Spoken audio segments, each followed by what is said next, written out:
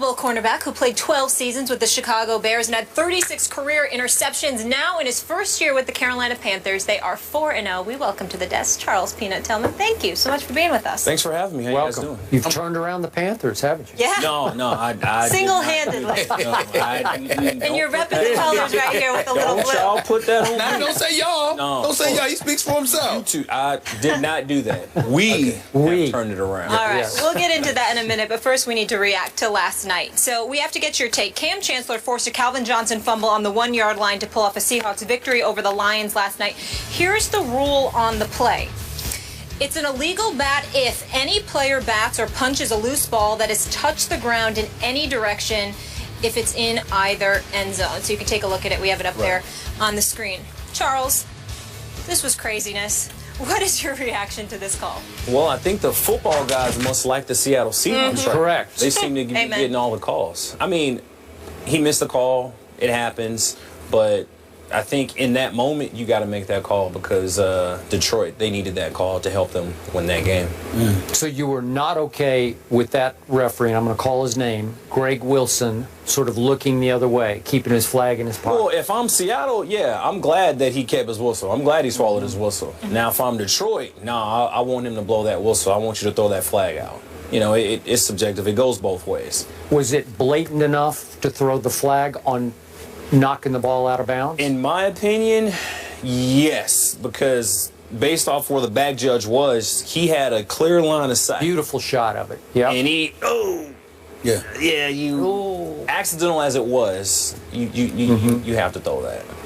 Y'all finished with this subject? I just want you to make sure you get all those questions out the way. Oh, you mean you're going to change the subject? Yes, I am. Y'all, I just want to make sure y'all good. Y'all good with it? Well, now, wait a second. You're not going to go on the penalty, though? No, I'm not going to go on the penalty. So I want to make sure you got all those questions. I got to say one other thing. Go ahead. Because I'm going to throw this back out. Go ahead. I'm calling this the bat out of hell play because this is going to live for a while on the NFL and with the Detroit Lions and their fans. So this referee, in the spur of the moment, maybe he's starting to reach, and then he decides it's not blatant enough to warrant a game-deciding call at that moment. And I'm going to throw this out again because it works psychologically in the minds of some of these referees. Right. Is there any tougher place to play or referee than that outdoor stadium? You've played up there. I played there, yeah.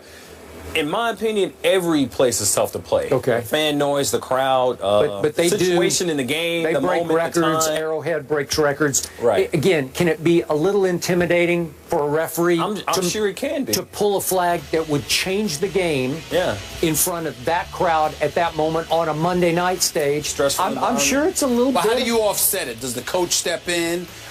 You know, like a coach like Jim Caldwell and his staff, if they're literally outspoken and demonstrative in opposing it, is that the hope?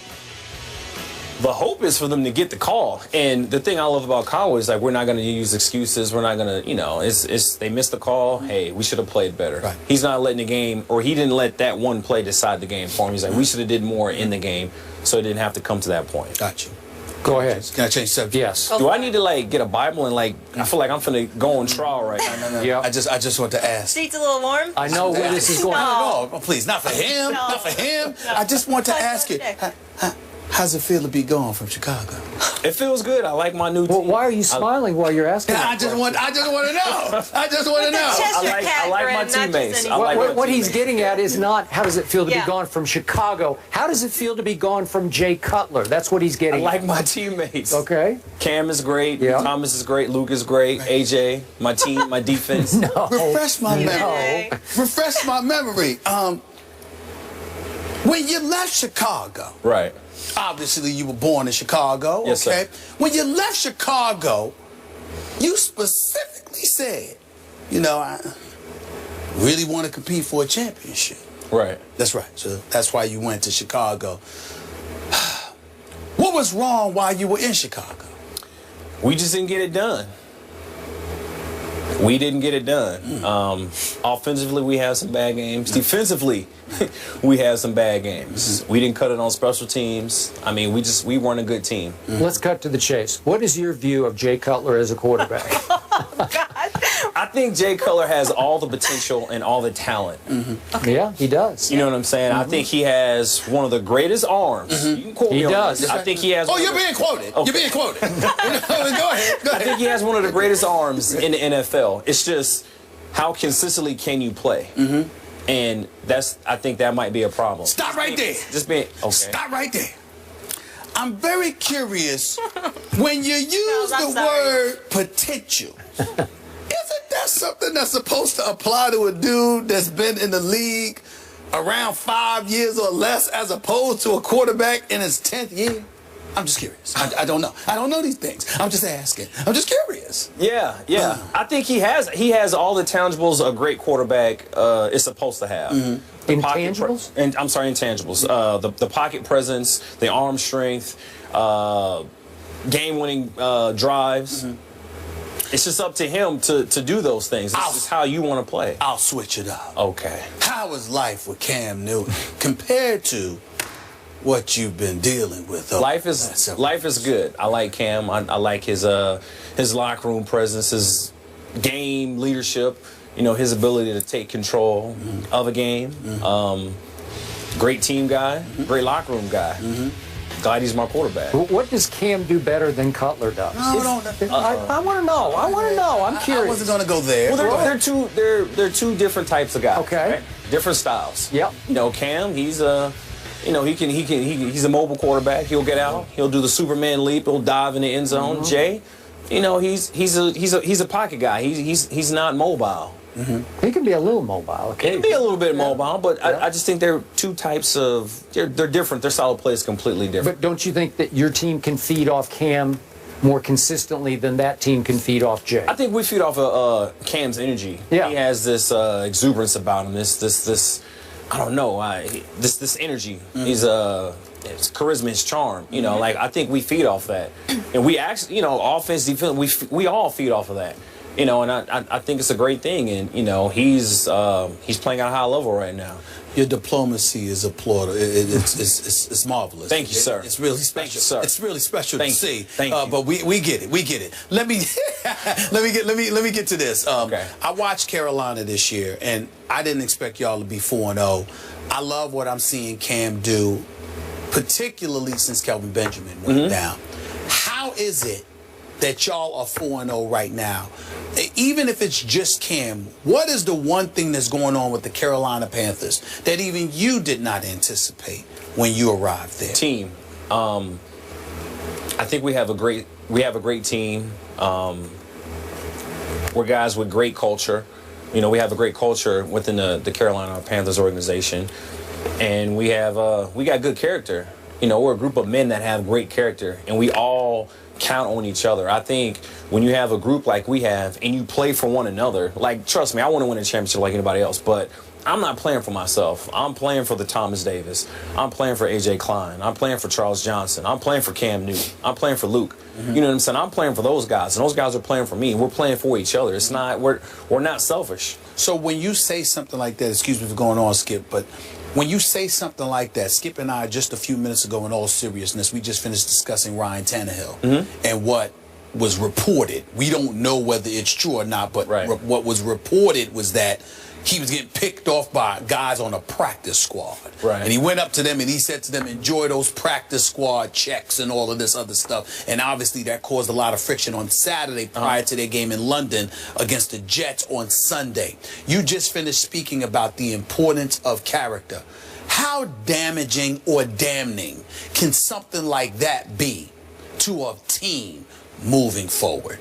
An incident like that. Yeah, loose lips sink ships. And I think that if you're that guy, you know, you have no idea the influence that you have on others. And with a guy at the quarterback position, the leadership position, I think it's daily, if that were to happen. Right. I don't allegedly. That's right. It is alleged. We do not know. We do not know. Yeah. All right, we have to take a break. Charles, thank you for putting up with these two. With you him. can't. You with him. Yeah. My seat is my cool. It's a little hot. You can't leave. First of all, you can't leave you yet, have though. any idea how happy this brother is to be here with me? Oh, y'all with don't you? even know to have. Of course, Oh, of course, okay. of course, It's all about you. Of course. Oh, okay. Charles is going to stay here. Peanut Tillman stays with us, and I'm sure I'll have plenty to say about our next topic. We're going to focus on the Panthers being undefeated, but ranked last among the 5 remaining teams. Let us know where you would put Carolina by responding using the Twitter hashtag #RankTheUnbeatens. Stick around.